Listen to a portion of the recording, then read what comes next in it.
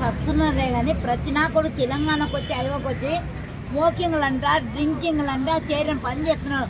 ఇది సెల్ఫీ చేద్దాం మా ప్లీజ్ అలా సెల్ఫీ చేయొద్దు ప్లీజ్. సెల్ఫీ తీయొద్దు. అమ్మగా లేదో తెలియదు. ఎన్ని రోజులు ఉన్నాడు మరి, అతనికి ఎందుకని తొందరగా బెయిల్ రాలేదు? అల్లు అర్జున్ అసలు జైలుకి వెళ్ళాడో లేదో నాకైతే తెలియదు. వెళ్ళి అట్లా వెళ్ళాడు తెల్లారు.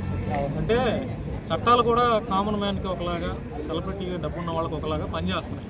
ఇక్కడ నేను ప్రత్యేకించి అల్లు అర్జున్ లేకపోతే జానీ మాస్టర్ అంటే వాళ్ళని ఏదో క్రిటిసైజ్ చేయాలని అయితే కాదు, కానీ ఒక ఉదాహరణగా చెప్పాను. అంటే చట్టాలు కామన్ మ్యాన్కి ఎట్లా ఉన్నాయి, డబ్బున్న వాళ్ళకి, సెలబ్రిటీల హోదా ఉన్న వాళ్ళకి ఎట్లా ఉన్నాయి అనేది ఆ ఉదాహరణగా బెస్ట్ ఎగ్జాంపుల్ అని చెప్పచ్చు. సో అందుకే చెప్పాను. ఇంకా ఫైనల్గా ఏం చెప్తావు?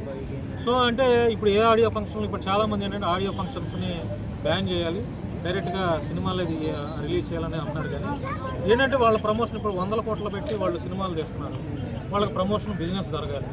సో ఆ కోవలోని ఆడియో ఫంక్షన్స్ అన్నీ చేసి ఇట్లా చేస్తున్నారు. సో ఆ ప్రమాదాలు ఏంటంటే జరుగుతాయండి, జరిగే వాటిని మనం ఆపలేము.